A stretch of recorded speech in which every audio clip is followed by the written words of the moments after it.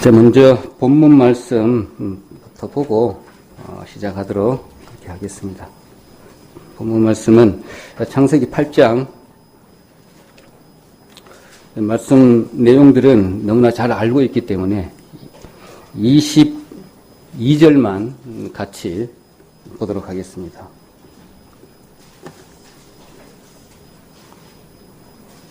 8장 22절 함께 읽겠습니다.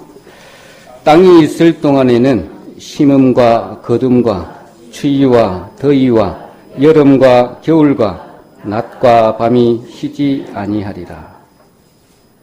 잠시 말씀을 진행하기 전에 좀 배경도 취지도 좀 말씀드리는 게 낫겠다 싶습니다. 이번 주에는 우리 전도 집회가 있었잖아요. 그러다가 이 말씀을 좀 심도 있게 좀 봤습니다.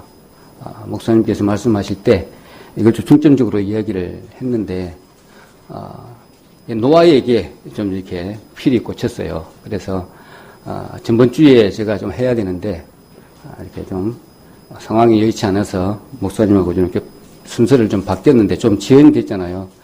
그렇지만 준비한 거 말씀을 드리고자 싶어서 이 제목을 택했습니다. 노아는 모르는 사람이 아무도 없잖아요. 우리 교회 다니지 않더라도 노아에 대해서는 너무나 잘 아는데 저는 잘 세부적으로 깊이 있게 몰랐던 것 같아요. 그래서 전도 집회 기간 동안에 더 깊이 있게 좀 아는 시간을 가져야 되겠다. 그래서 노아에 관련된 이제 자료들을 많이 수집을 이렇게 하고 이렇게 공부를 좀 해보니까 정말로 내용들이 너무나 많더라고요. 그래서 같이 좀 나누고자 하는 부분이 있습니다. 너무나 이렇게 말씀을 많이 봐왔던 내용이지만 우리가 수박 겉핥기식으로만 저 같은 경우에 좀 알았던 것 같아요. 그래서 참 이렇게 반성도 되어지고 그런 부분이 좀 많았습니다. 그래서 먼저 말씀을 좀 드리고 시작하려고 하는 그런 배경이 좀 있었습니다. 그래서 13절로 22절은 좀 우리가 다 내용이 알고 있는 내용이기 때문에 22절만 읽었습니다. 그래서 간단하게 먼저 노아에 대해서 우리가 다시 환기를 좀 시키고 그동안 알았던 기억들을 좀 되살리는 의미에서 간단한 설명을 하고 그리 지나가면 좋겠다 싶습니다. 여기 지금 어제 또 좋은 시간도 좀 가졌고 침례식도 좀 하고 그런 여러 부분들도 좀 있습니다. 그와도 좀 무관하지는 않습니다. 그래서 우리 구원받은 삶에서도 또 무관하지도 않고 앞으로 미래에 있을 우리의 구원의 어떤 모습들도 심판의 모습들도 오늘 이 노아의 사건을 통해서도 우리가 교훈받아 볼 수 있는 내용이기 때문에 그렇습니다. 잠시 노아에 관련된 말씀을 이렇게 간단하게 하면 좀 얼마 다니지 않으신 분들 또 그동안에 또 잊어버렸던 분들도 좀 상기가 되겠다 그런 생각이 들어집니다. 먼저 노아의 생애를 보면 먼저 노아의 이름부터 먼저 이렇게 본다면 노아는 쉼, 위로라는 그런 뜻을 가지고 있는 이름입니다. 그래서 창세기 5장 바로 앞이니까 한 번만 좀 볼까요? 창세기 5장 28절로 29절 제가 읽겠습니다. 창세기 5장 28절, 29절 라멕은 182세의 아들을 낳고 이름을 노아라 하여 가로되 여호와께서 땅을 저주하심으로 수고로이 일하는 우리를 이 아들이 아니하리라 하였더라. 이렇게 말씀을 기록하고 있는데 이 노아는 아니, 쉼, 위로 이런 뜻을 가지고 있습니다. 또 그리고 노아의 아들들은 셈, 함, 야벳이죠. 그리고 창세기 이후에 창세기 홍수 이전에 사악한 시대에 살았고 또 의로운 사람이었고 아버지인 라멕은 182세에 노아를 낳았습니다. 그 노아가 480세 때 인간을 땅에서 멸망시키겠다고 약속하신 말씀을 들었습니다. 그래서 노아는 120년 동안 방주를 지었죠. 한번 상상을 해보는 겁니다. 120년 전에 하나님 말씀이 임했고 아무것도 모르는 상태에서 방주를 지으라니까 노아는 지었어요.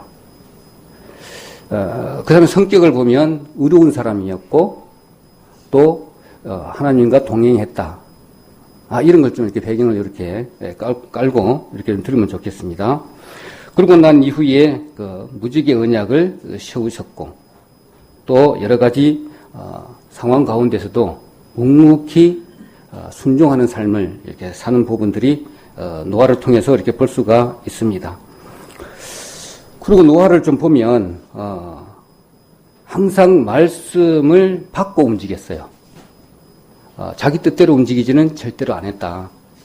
항상 음성을 듣고 노아는 모든 것을 행동을 했습니다. 들어가라 그러니까 들어갔고 나오라 하니까 나왔고 또 바깥에 나가서 주위를 살펴봤지만 나갈 수도 있었어요. 마음대로. 그렇지만 또 말씀이 임할 때까지 기다리는 그런 모습들도 우리 잘 알고 있는 내용인처럼 노아의 어떤 심성이나 이런 것들을 이렇게 살펴볼 수가 있습니다. 그리고 포도 재배를 했고요. 그 다음에 포도주를 너무 많이 먹고 또 추태를 부리기도 한 인물이기도 합니다. 그리고 그 아들들의 행위에 따라서 저주와 축복도 선언한 인물입니다. 그리고 950세를 살고 생을 마감한 노아입니다. 간단하게 좀 그림이 좀 그려지시죠. 그리고 노아에 대해서 무지개 언약에 대해서도 우리가 좀 많이 다루었던 내용이기도 한데 그런 의미는 먼저 베드로후서 3장 한번 보도록 그렇게 하겠습니다. 베드로후서 3장.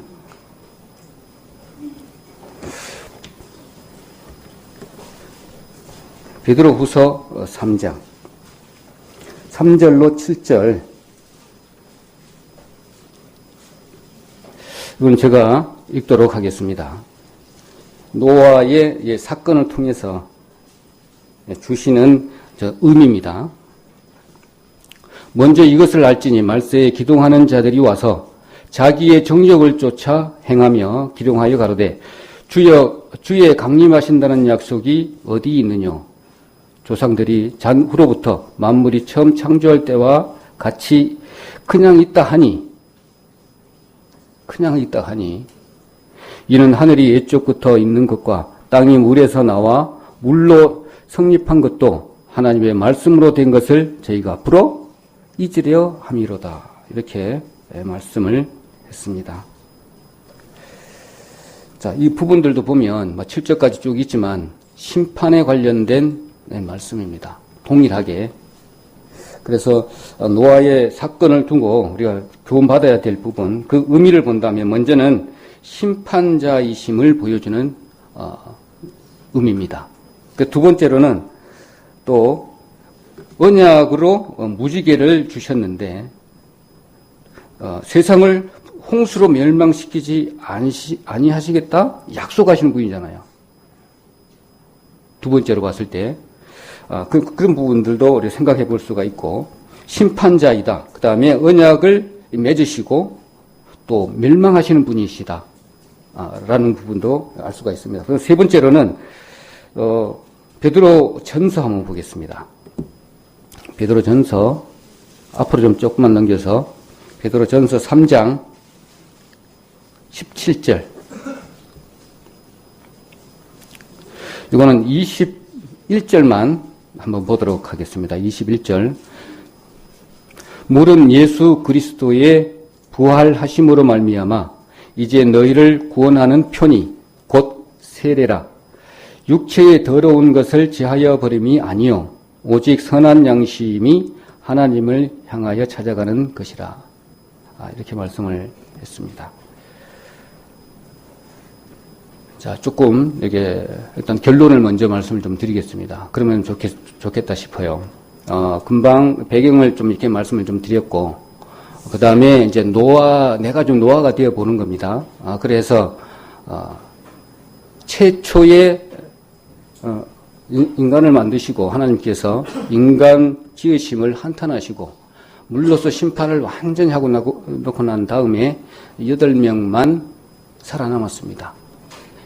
지금 이제 8명 때문에 저희들이 여기까지 온 거잖아요. 그 상황을 이렇게 한번 보는 거죠. 그때는 이제 하나님께서 약속도 주시고 명령도 주시고 이렇게 해서 믿음도 같이 주셨잖아요. 이 약속을 주시니까 그 믿음도 생기는 거잖아요. 그 다음에 최초의 씨앗도 주셨어요.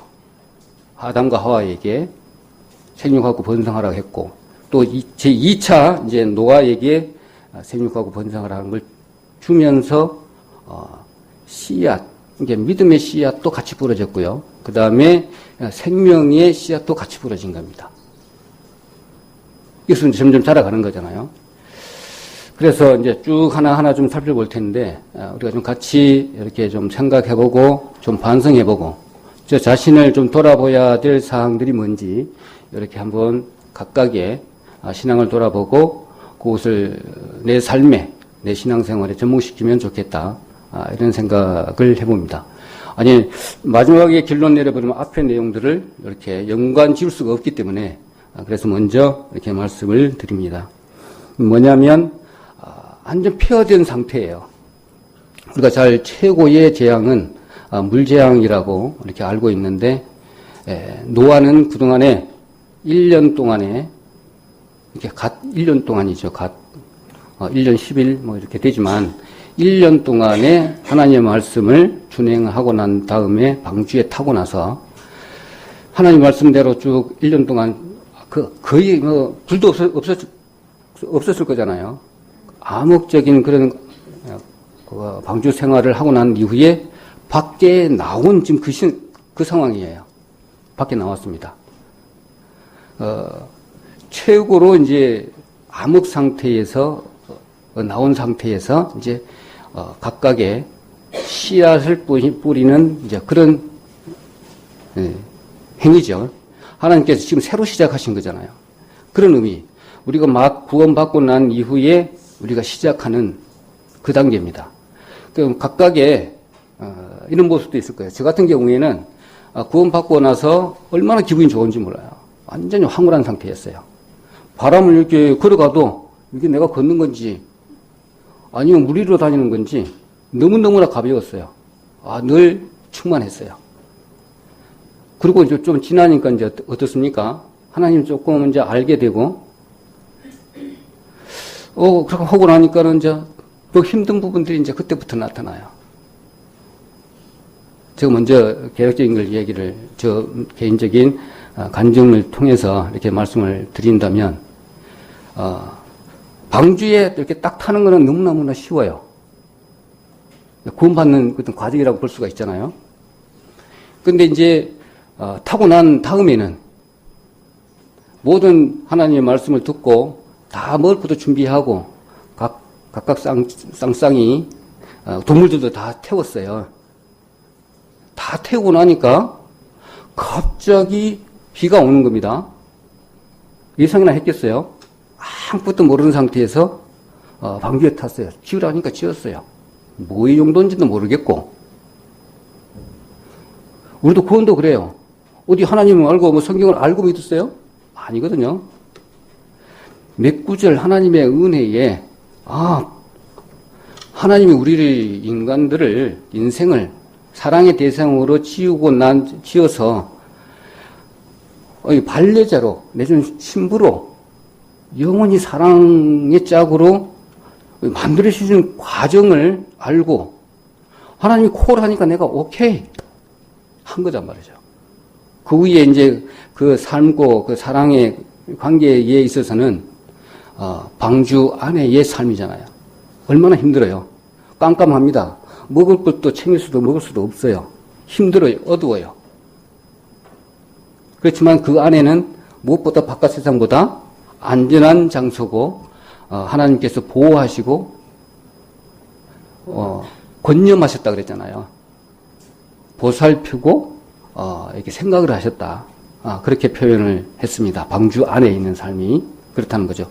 그럼 방주 안에 있으면은 무조건 사는 거잖아요. 세상 밖 안 못하면 다 죽는 거고 그런 상태에서 모든 것을 경험을 하고 그 8가족은 그럼 우리 어떻게 돼요? 그 안에 있는 가정이 방주 안에 있는 가정이 어떻게 되면 하나님께서 가장 원하시는 모습으로 성숙되어지는 과정입니다.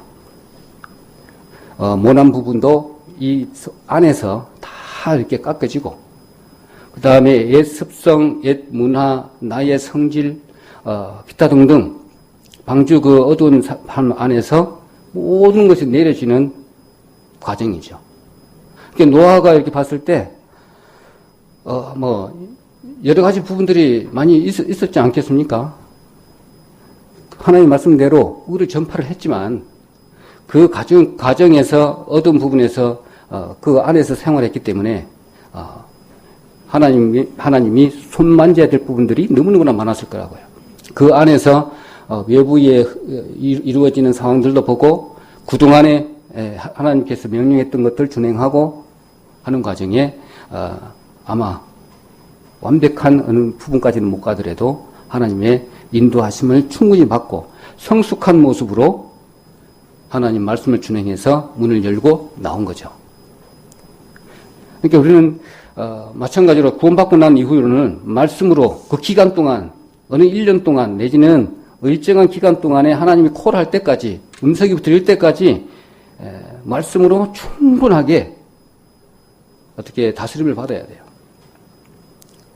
온전히 하나님 말씀에 집중돼서 특히나 처음 구원받으신 분들은 오로지 집중해야 됩니다. 이런 거라고 생각이 들어져요. 저는 어떤 거냐 하면 일단 물 항아리가 있어요. 물 항아리가 있으면 거기 안에 물 항아리가 하나님이 임재라고 보는 거죠. 물 항아리 안에 물이 이제 하나님 임재. 온 세상에 다 하나님께서 임재하고 계시니까. 그런데 나라는 존재가 그 안에 조그만한 돛담배예요. 돛담배예요. 돛담배가 종종 떠다니고 있는 거죠. 근데 이제 그 돛담배가 하나님을 이렇게 영접할 때 하나님 그 물을 하나님이잖아요. 내가 그 물을 밀어내느냐, 내가 받아들이냐의 차이죠. 늘 하나님은 옆에 계셔요. 근데 내가 받아들이느냐, 받아들이지 않느냐 그 차이죠. 안 받아들이는 만큼 그 안에는 사단이 장하고 있는 거고, 그걸 받아들이면 물과 같이 동일하게 딱 천상에 더 있는 거죠. 돛담배는 그게 떠있다고 생각하지 마시고, 그 안에 내가 있는 거죠. 그렇게 생각하면 제일 좋겠더라고요. 밀어낸 만큼, 그 안에 사단이 역사하는 거고, 받아들이면 하나님과 동행하는 삶을 사는 거죠. 그렇게, 생각해도 좋겠다. 그런 생각을 해봤습니다. 그리고 한 가지 더, 본문 이렇게 쭉 들어가기 전에, 비둘기가 우리가 있어요. 비둘기. 시사하는 바가 크더라고요. 비둘기가, 우리가 방주가 보면 위로만 터 있다 그랬잖아요. 이제 노아는 위로밖에 볼 수가 없는 상황이고, 위로밖에 날릴 수밖에 없어요. 비둘기도 날리고 까마귀도 날리고 한 방주 안에 한 방주입니다. 그렇다면 한 교회 안에서도 까마귀 같은 사람도 있을 것이고 비둘기 같은 사람도 있을 것이고 한 가정 안에 두 가지가 다 날아다니겠죠. 이렇게도 볼 수가 있는 것 같아요. 그래서 거룩한 생활을 하는 사람도 있는 반면에 그 다음에 그렇지 못한 사람, 영에 속한 사람도 있고 육에 속한 사람들도 얼마든지 이렇게 나올 수가 있다는 거죠. 그런 사람이 안 나타나면 그것인지 구분이 안 되겠죠. 내가 법이 있으면 내가 법을 잘 지키는 것처럼 잘못 지키면 법 때문에 내가 잘못 살고 있는 것처럼 거울로 알듯이 동일하게 이 말씀을 이렇게 주시는 것 같더라고요. 그렇다면 비둘기는 영에 속한 사람이고 까마귀는 육에 속한 사람. 생활 습성에 따라서 이렇게 정해놓은 것들 정확하게 우리가 구분할 수 있습니다. 그 까마귀 같은 경우는 이렇게 썩은 고기를 먹는 더러운 새이기 때문에 그렇고, 비둘기는 마른 땅에만 살고 곡물을 이렇게 먹기 때문에 주위에 보니까 곡물이 없어. 그러니까 도로 찾아오지만, 까마귀 같은 경우는 썩은 고기를 먹기 때문에 지천지에 널려 있을 거 아니에요. 그게 돌아오지를 않았다. 그것도 우리가 좀 잘 생각을 좀 해봐야 되겠죠. 바깥에 두 가지 종류가 있겠죠. 처음에는 썩은 고기만 있을 거지만 조금 물이 다 빠지고 나면 이제는 새로운 잎사귀가 나오겠죠. 이제 이런 것도 우리가 연상을 이렇게 해보면 좋겠습니다. 그래서 육에 속한 자는 더러운 육욕이라든가 세상의 부귀를 이렇게 구해요. 그것이 세상에 있으니까 안 돌아와. 그리고 영에 속한 사람은 세상에 보니까는 안식할 처소가 없어. 그리스도를 그 안주의 땅으로 삼고 다시 돌아오는 모습들을 봅니다. 그런데 돌아올 때 감람나무, 물에 잘 견디는 감람나무를 이파리를 꺾어서 오는데 이런 부분도 시사성이 있잖아요, 우리가. 그래서 새 잎사귀, 새 세계 출현과 함께 우리 부활을 상징한다고 우리가 배웠습니다. 이런 부분을 연관해서 우리 그러면 신앙생활을 어떻게 적용해서 교훈받을 것인가, 이런 부분들도 이렇게 보면 생각을 하면서 보면 좋겠습니다. 그래서 본문 한번 보도록 하겠습니다. 창세기 8장. 제가 배경 설명을 제가 드렸고, 이제는 내가 신앙생활 구원받고 난 이후에 내가 어떠한 씨앗을 그 황량한 폐허가 된 그 땅에다가 심을 것인지, 심는 대로 거두는 겁니다. 나쁜 사람, 나쁜 성격을 가지고 심으면 그대로 얻는 거고요. 좋은 생각, 좋은 믿음을 가지고 이렇게 심으면 그대로 거두는 거죠. 심는 대로 거둔다 했으니까. 그런 부분들도 이렇게 보아지면 좋겠습니다. 그래서 이게 13절, 14절, 비는 노아가 600세 되던 해 2월 17일에부터 해서 40일 동안 내렸죠. 그러니까 150일 동안 물이 불어났습니다. 노아와 그 가족 짐승들을 배에다가 실었어. 이 내용이 아라랏산 중턱에 걸치고, 또 여기서부터 이제 말씀이 좀 시작되는 부분인데 13절, 14절 601년 정월 곧 그 달 1일에 지면에 물이 거친지라 노아가 방주 뚜껑을 제치고 본즉 지면에 물이 거쳤더니 2월 27일에 땅이 말랐더라. 이렇게 기록합니다. 약 1년 10일 되던 날입니다.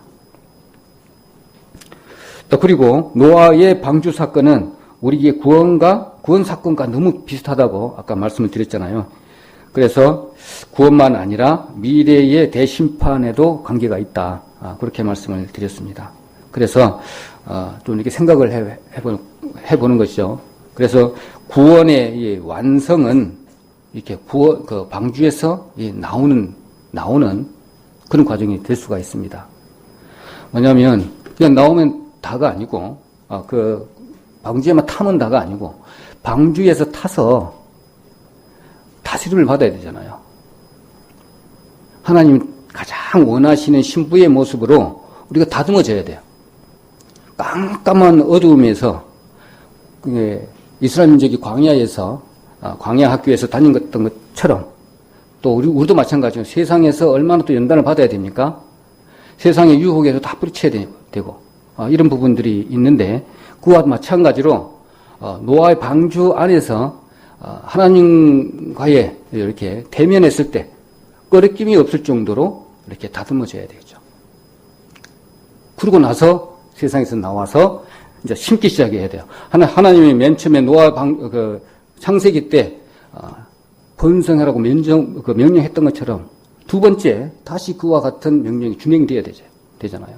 그러려면 자기가 한 대로, 자기가 심긴 대로 그대로 그대로 이렇게 거두어지는 그런 씨앗의 기초가 되는 거죠. 기초가 됩니다. 믿음의 기초가 되는 것이고.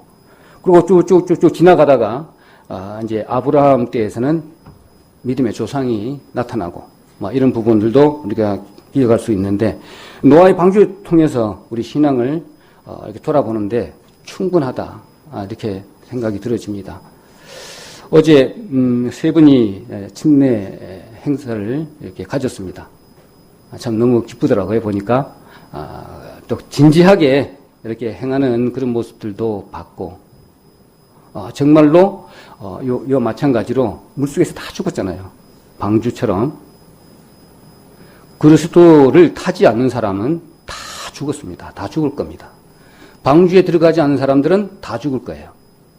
그 예표로 침례식을 거행을 했습니다.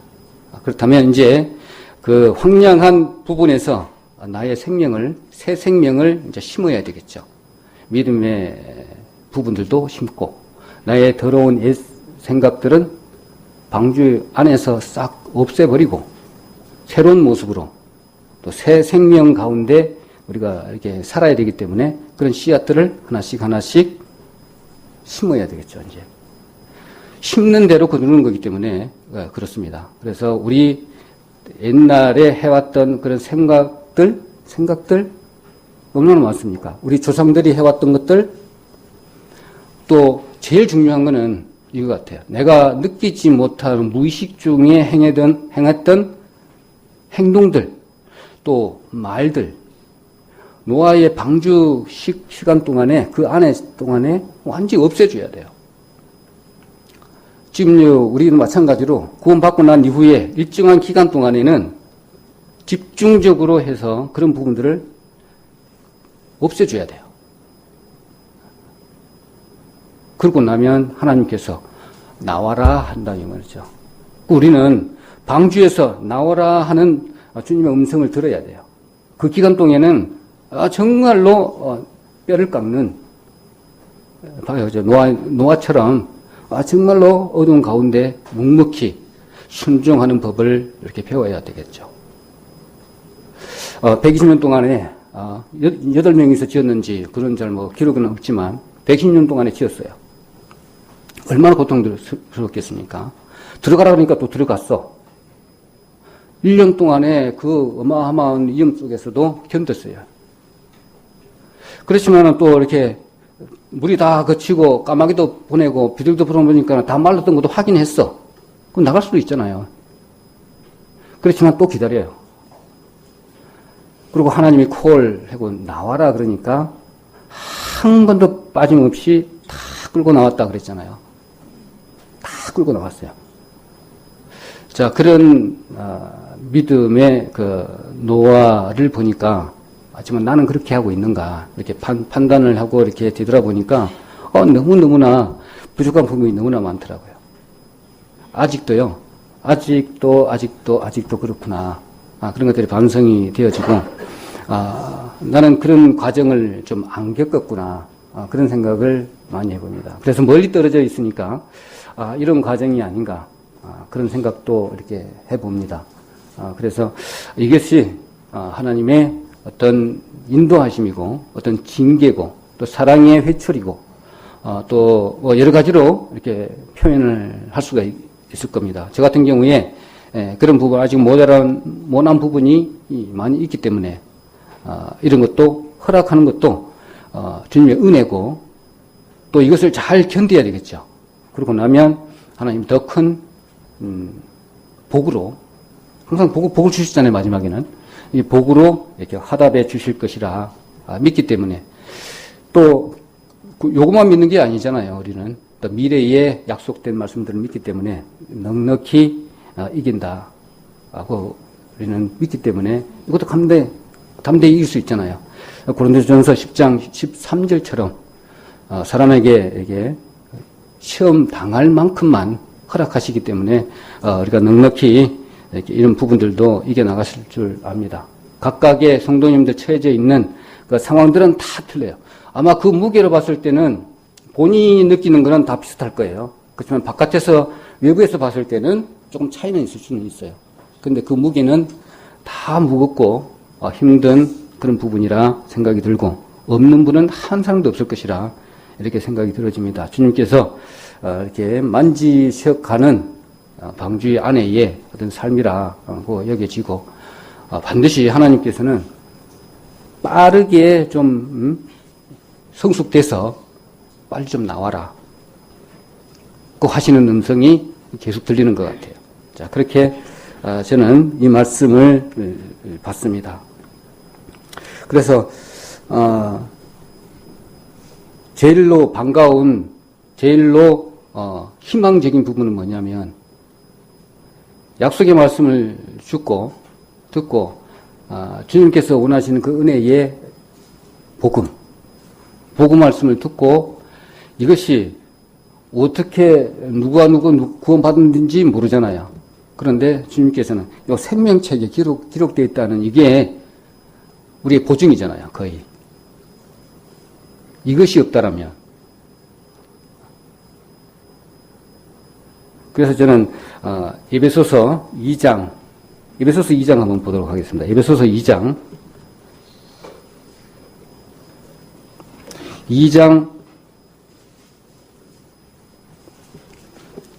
8절로 10절까지 이렇게 보도록 하겠습니다.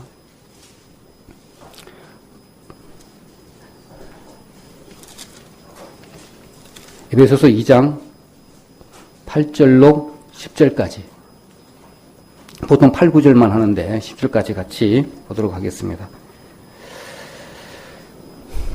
같이 읽도록 하겠습니다.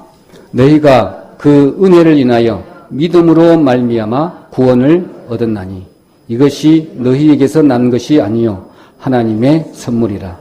행위에서 난 것이 아니니 이는 누구든지 자랑치 못하게 함이니라. 우리는 그의 만드신 바라 그리스도 예수 안에서 선한 일을 위하여 지으심을 받은 자니 이 일은 하나님이 전에 예비하사 우리로 그 가운데서 행하게 하려 하심이니라. 저는 이 10절 늘 목사님께서 강조하시는 부분입니다. 우리는 그의 만드신 바라 그리스도 예수 안에서 선한 일을 위하여 지으심을 받은 자니 이 일은 하나님이 전에 예비하사 우리로 그 가운데에서 행하게 하심이라. 그렇게 말씀을 합니다. 이 내용을 저희가 모르는 부분이 없습니다. 일단 말씀을 받았다면 말씀을 받고 또 모든 모난 부분 이렇게 피져가는 그 가운데에서 하나님 말씀을 이렇게 받게 된다면 선한 일은 뭐겠습니까? 하나님 보시기에 다 좋은 모습 이 일을 위해서 하나님께서 원하신 대로 행하게 하신다는 거죠. 우리가 만드신 목적이 하나님께서 보시기에 우리를 만드신 목적이 먼저 부르신 목적이 먼저 부르신 목적이 방주에서 나오라고 한 그 일이 그렇다는 거죠. 선한 일을 위해서 그 황량한 세상에는 다 황량한 완전히 세상에는 다 멸망받은 상태예요. 이미. 그리고 방주 밖에도 멸망받은 상태 똑같아요. 그러니까 멸망당하는 그 상태에서 이 세상에서 내가 선한 일을 위해서 하나하나 이제 심어야 돼요. 믿음의 씨앗도 심고, 그 다음에 약속의 말씀을 가지고 또 심고, 악한 일을 심으면 악한 대로 거두는 거고요. 선한 일을, 씨를 심으면 선한 일도 그대로 거두는 거죠. 이게 씨앗의 어떤 원리를 저희들에게 주시는 것 같아요. 복음의 원리도 여기도 주시는 것 같고. 그래서 우리가 어제 또 뜻깊게, 침례식도 이렇게 그했기 때문에 우리 성도님 모두가, 좀, 우리 신앙생활을 좀 돌아보고, 주님께서 가장 원하시는 모습이 어떠한 것인지 오늘 노아의 방주 사건을 통해서 다시 되돌아보면 좋겠다. 그런 생각이 들어지고, 우리 적은 교회지만 얼마든지 큰 하나님의 일을 할 수 있는 저력 있는 우리 교회입니다. 그래서 주님께서 가장 원하시는 일을 조금씩 생각을 하면 주님이 생각하는 거하고 내하고 하나 혼연일체가 되잖아요. 그러면 주님의 사랑이 점점 더 가까이 오잖아요. 오늘도 찬송가에도 주님을 더 가까이 하면 멀어졌던 마음들이 점점 가까이 되잖아요. 하나님은 사랑의 대상으로 우리 인간을 만드셨는데 자꾸 외면을 해. 또 등을 돌려. 자, 그렇게 된다면 하나님의 선한 일이 아니겠죠. 기뻐하시는 일이 아니라는 거죠. 노아가 만약에 그런 행동을 했다면 이렇게 큰 축복의 말씀을 주시지 않았을 것입니다. 그래서 노아는 이렇게 진정한 마음으로, 그러니까 1년 동안에 그 방주 안에 있으면서 하나님 생각을 얼마나 했겠습니까? 주변에는 완전히 멸망 다 당했어요. 오늘 갑자기 보니까 아무것도 모르는 상태에서 그냥 말만 따라서 110년간 짓고 들어가라니까 들어갔고, 암수 넣으라 그러니까 넣고, 그런 거잖아요. 막 흔들리는데, 그래서 참았잖아요. 그리고 조용해서 나가서 살펴보니까 나갈 수도 있을 것 같아. 그래서 자기 생각인지 모르겠지만, 까마귀도 보내고, 비둘기도 보내봤어. 다 마른 것도 확인했어요. 그렇지만 또 기다렸어요. 자, 그런 것처럼, 한번 본인의 신앙도, 개개인의 신앙도, 이렇게 좀 견주어가지고, 이렇게 생각을 해보면, 큰 교훈이 되지 않을까.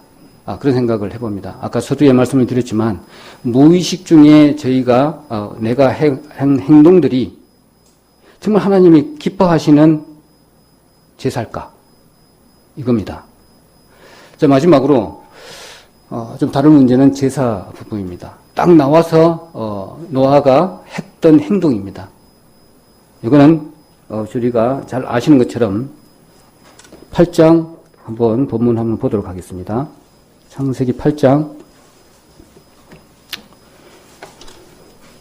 20절로 22절 같이 이거는 읽도록 하겠습니다. 8장 20절로 22절. 노아가 여호와를 위하여 단을 쌓고 모든 정결한 짐승 중에서와 모든 정결한 새 중에서 취하여 번제로 단을 드렸더니 여호와께서 그 향기를 흠양하시고 그 중심에 이르시되 내가 다시는 사람으로 인하여 땅을 저주하지 아니하리니 이는 사람의 마음에 계획하는 바가 어려서부터 악함이라. 내가 전에 행한 것 같이 모든 생물을 멸하지 아니하리니 땅이 있을 동안에는 심음과 거둠과 추위와 더위와 여름과 겨울과 낮과 밤이 쉬지 아니하리라. 자, 이렇게 말씀했습니다. 제사하면 우리가 잘 알잖아요. 성막에서 제사 지나고 이렇게 했던 것. 그 다음에 가인과 아벨도 생각이 나고 이렇게 하는데 짐승을 잡아서 하나님께 불살라 드리면 주님이 받으시나요? 그 제사 짐승을 드리는 것은 나를 드리는 거죠. 나를. 짐승은 곧 나예요. 하나님께서 대속의 원리 그와 마찬가지로 짐승을 드린다는 것은 나를 곧 하나님께 온전히 드리는 거죠. 이거 보니까 정결한 짐승이라고 그랬는데 깨끗한 나를 하나님께 드리는 거죠. 그것을 노아는 그대로 행했어요. 1년 동안 방주 안에 있으면서 다듬고 다져준 그것을 하나님의 사랑을 온전히 표현한 거죠. 이렇게 묵상하다 보니까 나는 하나님의 큰 그 은혜와 사랑을 받았는데 불구하고 나는 하나님께 얼마나 드렸을까? 어떤 진정한 마음으로 드렸을까? 생활의 염려와 재리의 유혹과 여러 가지 유혹들이 오는데 나는 그것을 뿌리치고 하나님께 주신 그 사랑만큼 나는 얼마나 보담하고 있는가? 라고 생각을 했을 때 보니까 별로 안 돼요. 좀 반성되더라고요. 또 아까 좀 전에 이야기했지만 무의식적으로 행했던 것 있잖아요. 반복적으로 해왔던 것보다니까 반복적으로 하다 보니까 내 체질화가 돼 있어. 습관화되어 있는 거 있잖아요. 이것들로 그냥 의미 없이 어떤 때는 아무 생각도 없이 할 때가 많아요. 기도하는 거, 말씀 보는 거, 그 다음에 교회에 오는 거, 이것들을 이렇게 생각을 해봤어요. 조금 시간이 지나니까요, 그냥 무의식적으로 행동을 해요. 무의식적으로. 오늘 또 하나님께 노아처럼 암흑적인 상태에서 오픈돼서 새로운 세상을 딱 보고 나오는 그런 마음이 아니라 그냥 습관적으로 해요. 교회에 갈 시간이니까 준비해서 가고, 또 말씀 보는 시간이니까 또 말씀 오고, 그런 것들을 이렇게 보게 됐어요. 그래서 좀 반성을 해야 될 부분이 분명히 있다. 하나님은 요 제사를, 노아의 제사를 오케이, 기뻐 받으시고 큰 우리에게까지 복을 주신 거잖아요. 여기 와서 축복을 내려주시는, 다시는 이 물과 같은 재앙을 내리지 않겠다라고 하면서 무지개의 언약까지 이렇게 보여주시고 이렇게 약속을 주셨잖아요. 이걸 봤을 때는 그러면은 그 기뻐하시는 모습으로 이렇게 잘 집중을 해야 되잖아요. 그래 보니까 정말로 진정한 마음으로 이 제사 드리는 모습, 제사가 곧 마음을 드리는 거니까 그것이 우리는 부족한 게 아닌가 그런 생각을 해봅니다. 그래서 제사는 노아 이후에, 홍수 이후에 노아가 가장 먼저 행했던 부분입니다. 노아는요, 아마 먹을 것까지도 챙겨갖고 들어갔으니까 1년 동안 먹었으니까 거의 양식도 바닥났을 거예요. 동물도 같이 먹어야 되잖아요. 얼마나 큰지 모르겠지만 생각해보기로 나오게 되면 먹을 것도 아무것도 없어. 폐허가 돼 있어요. 그러면은 먹을 수 있는 거는 나온 거 짐승 잡아먹을 것밖에 없을 것 같아. 내 생각에. 그렇지만은 그 아까운 짐승 애지중지해가지고 목숨을 살려놓은 그 정결한 짐승을 취해서, 깨끗한 짐승을 취해서 하나님께 맨 처음에 한 게 번제 드린 거죠. 번제를 드리는 감사와 또 헌신과 나를 온전히 드리겠다고 하는 그 표현이잖아요. 표현. 하나님이 어떻게 나갈 수 있겠습니까? 당장 얼굴만 봐도 우리는 죽을 수밖에 없는 그런 존재인데 하나님께서 그런 부분을 이렇게 보여주시는 것 같아요. 그래서 우리는 아침에 올 때도 마찬가지고 우리 눈 딱 떴을 때 기도할 때도 마찬가지고 노아를 좀 생각을 해서 또 기도를 한다든지 하는 것. 노아를 또 이 부분에서 또 교훈받을 볼 수 있다라면 노아와 같이 하나님과의 시작을 맨 처음 한 인물도 없는 것 같아요.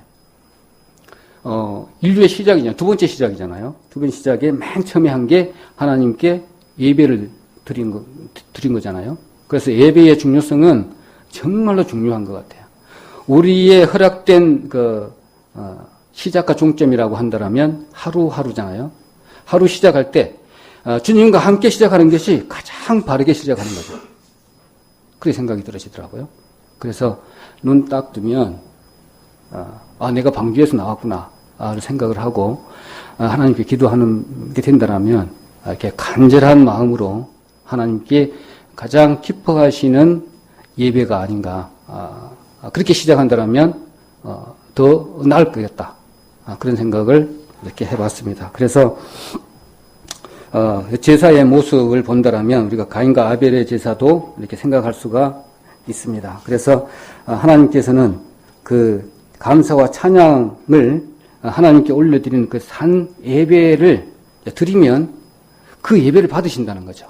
그럼 아침 일찍 일어나서 그 예배를 드리면 하나님이 받으시고 기뻐하신다는 거죠. 그러면 내가 그 어항 안에 내가 하나님이 존재하지만 편백해가지고 다 계시지만 그 안에 내가 흡수해서 내가 그 동화돼서 함께 할 수 있는 것이고, 안 그러면 하나님을 밀어내서 내 안에 사단이 역사하는 그런 행위를 할 수밖에 없는 거죠. 좋은 씨를 심을 수 없다는 거죠. 악한 영의 씨를 심을 수도 있다는 거죠. 그래서 노아가 행했던 것처럼 우리가 본을 받아서 이렇게 세상을 살아갈 때 나와서 어차피 그 세상에다가 우리가 이제 구원받은 성도는 세상에다가 씨를 뿌려야 되는 상황이니까 그런 행위를 우리가 감당을 잘 해야 되겠죠. 그 이전에는 우리가 여호수아가 가나안 땅을 점령할 때 전쟁이 끝나고 나서는 항상 길갈에 모였던 것처럼 요 교회 안에서 모여서 방주의 안에서의 때 그 삶을 다시 되살려서 그러니까 길갈에 모여서 다시 말씀을 받고 나를 이렇게 단련을 해야 되겠죠. 싸우기 이전에 병사가 이렇게 훈련을 하듯이 딱 훈련을 해서 싸움 나갈 때는 반드시 이길 수 있도록 이렇게 이 성경은 이기는 책이잖아요. 지는 책은 절대로 아니에요. 그래서 항상 이기는 우리 신앙생활이 되어야 되겠다. 그렇게 생각을 해봅니다. 그래서 한 가지 더 말씀을 드리면 이런 신앙은 오래전부터 있었던 거 아시죠?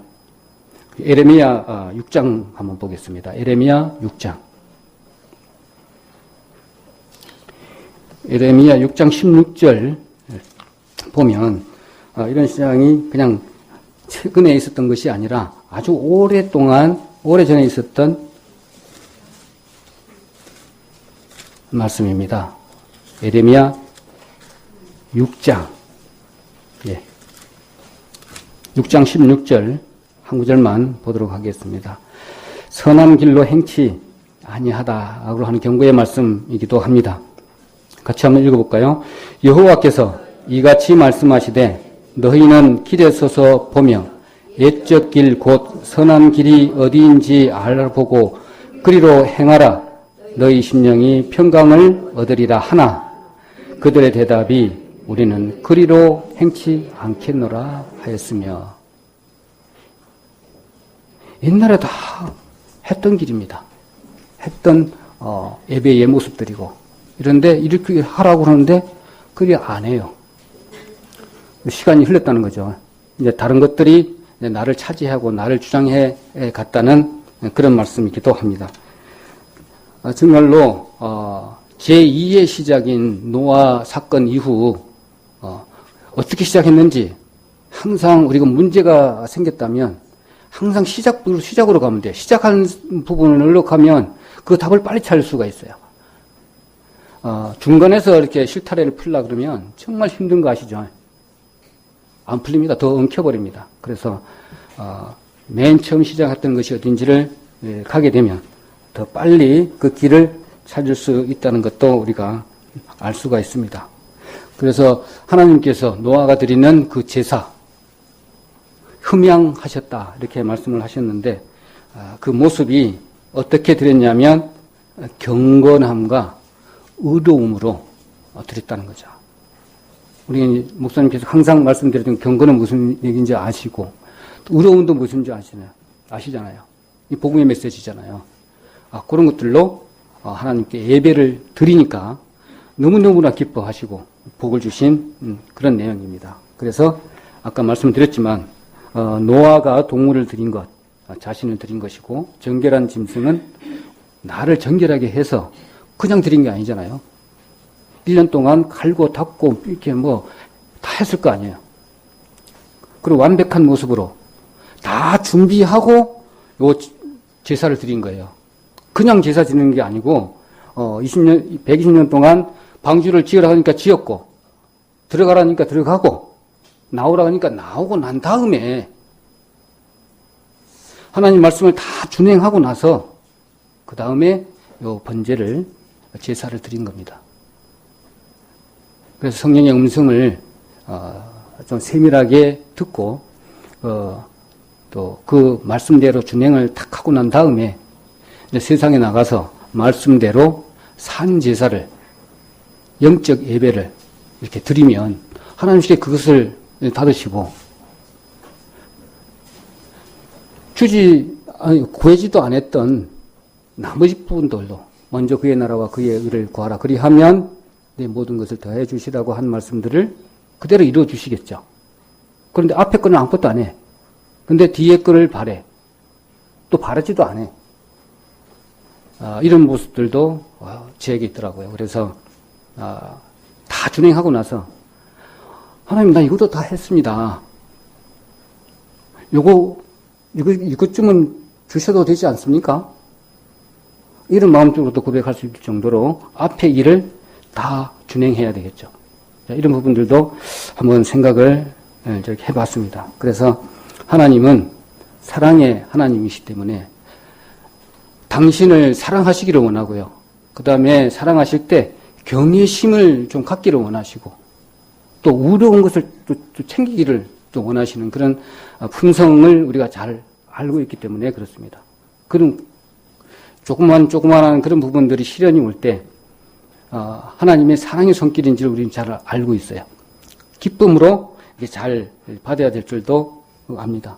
그렇게 되면 우리 성도의 삶을 이렇게 본다라면 하나님이 흠향하실 만한 믿음으로 제사를 드려야 됩니다.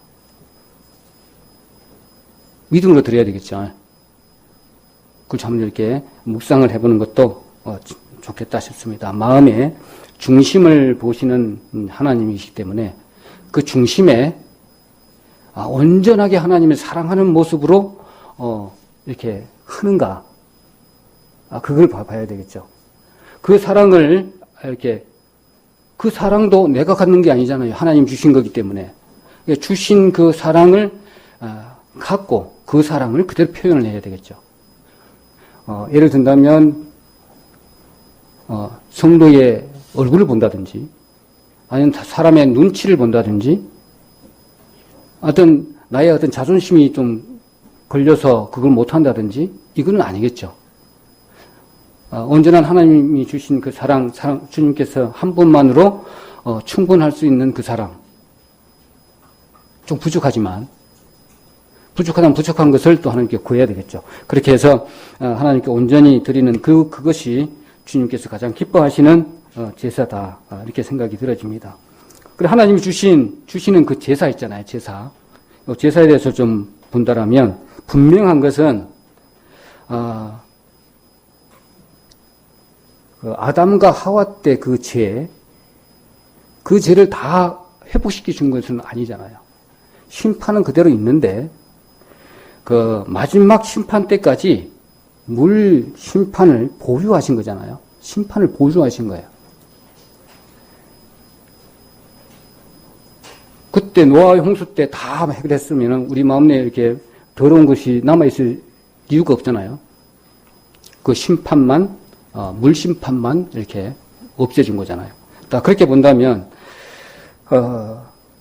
우리는 은혜에 감사를 하며 하나님 뜻에 순종하기 위해서 최선의 삶을 살아드리는 것이 맞는 거죠. 세상 끝날까지. 주님의 몸된 교회 안에서 주님께서 완벽한 신랑 신부로 만들어지고 혼인잔치가 이루어지는 그날까지 우리는 이 사랑을 은혜에 감사하며 계속 세상에다가 씨앗을 계속 뿌리는 행위를 믿음 가운데 하나님께서 믿음으로 드리는 제사를 받을 만한 그 믿음으로 계속 제사를 지내고 영적 예배를 드리는 세상의 삶을 우리는 살아야 된다. 그렇다면 은혜에 감사하는 마음으로 하나님 뜻에 순종하는 그런 것을 배워야 되겠죠. 노아처럼 들어가라니까 들어가고 나오라니까 나오고 공부하라니까 공부하고 그 안에의 삶은 세세하게 구분되지 않았지만 얼마나 거기에 1년 동안 살려면 여러 가지 그것들 순종할 것들이 얼마나 많았겠습니까? 자, 그런 부분들도 이렇게 생각을 해봅니다.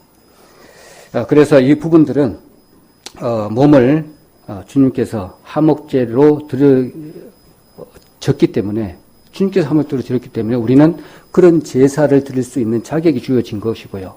구원받은 사람들만 이 일을 할 수가 있는 거잖아요. 그리고 주님께 침례식을 통해서 주님께서 약속도 했고, 그러면 당연히 이런 제사를 드려야 되는 우리는 당연한 도리고 또 그 책무가 그대로 있는 겁니다. 그 책무를 노아는 잘 했고요. 우리는 아직까지 저를 봤을 때 남아있는 것들이 많은 것 같아요. 너무너무나 많은 것 같아요. 그런데 우리는 잘하고 있다고 볼 수는 있어요. 그런데 오늘 이 시간에 그것을 좀 돌아보자는 겁니다. 우리는 충분한 자격도 조건도 다 갖춰진 사람이잖아요. 그렇지만 아까 물 항아리에 있는 동안에 그걸 완전히 흡수하지 않은 상태고 밀어낸 부분이 있어서 그것이 사단이 조금 장악하고 있다 라고 보면 되겠다, 이런 생각도 이렇게 해봅니다. 그래서 주님께서 이렇게 걱정 안 해야 될 부분들은 제가 항상 걱정하고 있는 것 같아요. 주님께서 다 책임져 주실 것인데 미리 땡겨서 걱정을 많이 해요. 벌써 내 같은 경우 딸은 벌써 저쪽에 있고, 아들은 군대 간다기 전에 좀 집에 와 있고, 우리 자매 같은 경우는 집에서 지금 뭐 치료한다고 저러고 있고, 우리 아버님 같은 경우에는 시골에서 지금 동생이랑 혼자 있고, 이렇게 봤을 때 저 개인적으로 봤을 때 나는 또 저 서울에 가 있고, 이게 뭐 이렇게 흩어져 있어요. 그렇지만 이렇게 멀리서 있으면서도 조금 이렇게 안심이 되고 또 걱정이 덜한 부분은 주님이 함께 하신다는 거죠. 어떤 상황이 있다 하더라도 또 그런 부분이 이렇게 좀 다가오니까 좀 점점점 주님께 더 가까이 가는 그런 시간을 이렇게 갖게 됩니다. 어제 그제 구역 예배 때 간증 조금 했지만 멀리 좀 떠나져 있으니까 주님을 조금 돌아보는 시간이 좀 되더라고요. 그래서 어느 말씀입니까? 너희는 기도할 때에 골방에 들어가 은밀한 문을 닫고 은밀한 중에 계시는 내 아버지께 기도하라. 은밀한 중에 보시는 아버지께서 갚으시리라 했잖아요. 그래서 내 숙소에 보면 좀 은밀해요. 은밀해서 좀 적어. 네, 그래서 이제 그런 생각을 좀 하고, 이제 기도하는 가운데, 그런 말씀도 생각이 나니까, 하나님 보고 계시는구나. 그래, 이제 기도도 하고, 그래 되면 더 가까이 갈 수 있잖아요. 그래서 그런 부분들도 좀 유익하다 싶어요. 잠시 동안 거제로 보내고, 포항으로 보내고, 또 이제 이번에는 더 멀리 김일성도 그냥 부르면, 김정일도 부르면은 야호 할 수 정도로 가까운 데 가 있습니다. 그래서, 벌써 1년이 지났더라고요. 1년 동안 국토횡단을 평균 잡아서 3번을 했어요. 한 달에. 그러면 30번? 한 40번 되는 것 같아. 국토횡단을 한 번, 그러니까 30번이잖아요? 40번이라 그러면은 곱하기 2 하면 80번이에요. 벌써. 왔다, 횡단. 올라갔다, 횡단. 이렇게 본다면. 많이 했구나. 그래서 100번 다가 가까이 되네. 그래도 그 안전한 길을 인도하시는 분은 이제 하나님이시다. 이렇게 생각을 그렇게 하고 있기 때문에 그나마 힘든 가운데서도 이런 부분들을 이렇게 힘을 주시는 것 같아요. 그래서 하나님께서 가장 원하시는 것, 그 이전에 우리 시간이라는 걸 우리 한번 봐봐야 될 것 같아요. 내가 좀 메모를 해왔는데 도대체 시간이 뭘까? 그러니까 120년 동안 지었어요. 1년 동안 1년 한 조금 남짓하게 방주 안에 있었어요. 그 이후에 나왔어요. 그러고 나서 밤과 어둠과 뭐 이렇게 다 이렇게 허락을 하셨어요. 그런데 참으로 변화무쌍한 것임에도 불구하고 시간은 변하지 않아요. 지금 변하고 있잖아요. 그렇죠? 그런데 첫째, 자연의 과정은 언제나 이렇게 변해요. 봄, 여름, 가을, 겨울. 그리고 낮과 밤, 여름, 겨울도 바뀌어요. 바뀌잖아요, 지금. 그럼에도 불구하고 결코 변하지 않아요, 시간은. 자연 과정은 이러한 변화 속에서도 이렇게 변하지를 않아요. 어느 한때는 내 시간을 가지고 상당히 고민을 많이 해본 적이 있어요. 도대체 시간이란 건 뭔가? 지구가 딱 만들어지고 하나님께서 거갈 초소를 만든다 그랬잖아요. 지구를 만들기 이전에 지구 하나 때문에 모든 우주 만물을 만드셨잖아요. 그럴 때부터 시간이 딱 만들어진 거잖아요. 그럼 시간이 없었을 때는 뭐일까? 이거죠. 동일한 시간은 한도 없잖아요. 동일한 날짜, 오늘 같은 동일한 날짜, 동일한 시간은 전혀 없습니다. 다 함께 움직이기 때문에 동일한 시간은 전혀 없어요. 내일도 똑같은 해가 뜨니까 그날도 똑같이 전혀 아니잖아요. 우리는 잘 알고 있습니다. 그렇기 때문에 그 시간, 정해진 시간. 그래서 태양이 시간을 재고, 그죠? 달이 그 하늘에서 그처럼 충실한 증인 노릇을 한대요. 맞는 좋은 표현인 것 같아요. 근데 계절은 변화는 결코 중단되지 않고 앞으로도 중단되지 않겠다라고 하는 것이 하나님의 약속이잖아요. 이게 땅이 있는 동안만큼은 다 허락하시겠다는 그런 내용입니다. 그리고 멸망의 시간까지죠. 멸망의 시간까지. 주님 오실 때까지죠. 자, 그렇게 보시면 되겠다 싶습니다. 그래서 주님께서 가장 찾으시는 것은 이게 진정한 마음으로 드리는 예배자다. 노아가 했던 것처럼 그거 좀 기억을 해주시면 좋겠다 싶고요. 그 다음에는 방주에서 나오는 데를 항상 지금부터 해서 심어보자는 거죠. 내가 심는 그 행위 아직까지 방주 안에 있다라면 다른 거 좀 접어두고 나오려고 하지 말고 좀 성숙한 시간을 충분히 가지시고 다른 거 다 차단하고 하나님이 콜할 때까지 제발 내 목소리 내지 말고 내 드러내지 말고 뾰족한 부분 없제 나오지 말고 간에서 숙성돼서 나오자는 거죠. 나와서 그 다음에는 심을 때는 정말 과감하게 이렇게 하나님이 주시는 약속의 말씀으로 용기 가지고 용사처럼 딱 해서 하나님의 말씀을 전하는 그런 부분들도 오늘 이렇게 노아의 방주 사건을 통해서도 우리가 본받을 수 있겠다.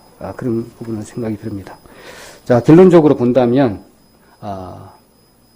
오늘 말씀은 오늘 씨앗을 이야기를 많이 했습니다. 약속의 씨앗, 그 다음에 믿음의 씨앗을 노아가 그대로 했던 것처럼 미리 준비된 상태에서 노아 방주에서 나와야 되고요. 나오고 난 이후에는 반드시 좋은 씨앗도 있겠지만 나쁜 씨앗도 있다. 반드시 좋은 씨앗을 심고 또 믿음의 씨앗도 심어서 30배, 60배, 100배 결실을 이렇게 맺을 수 있는 참으로 좋은 모습으로 이렇게 변화되는 모습으로 이렇게 했으면 좋겠다. 그런 신앙이 되었으면 좋겠다. 그런 내용으로 제가 이렇게 말씀을 좀 준비를 이렇게 했습니다. 어떻게 됐는지 모르지만 다시 한번 정리를 이렇게 해본다면 예화로 좀 이렇게 풀어본다면 이겁니다. 노아가 방주에서 나와서 맨 처음 한 일은 뭐였나요?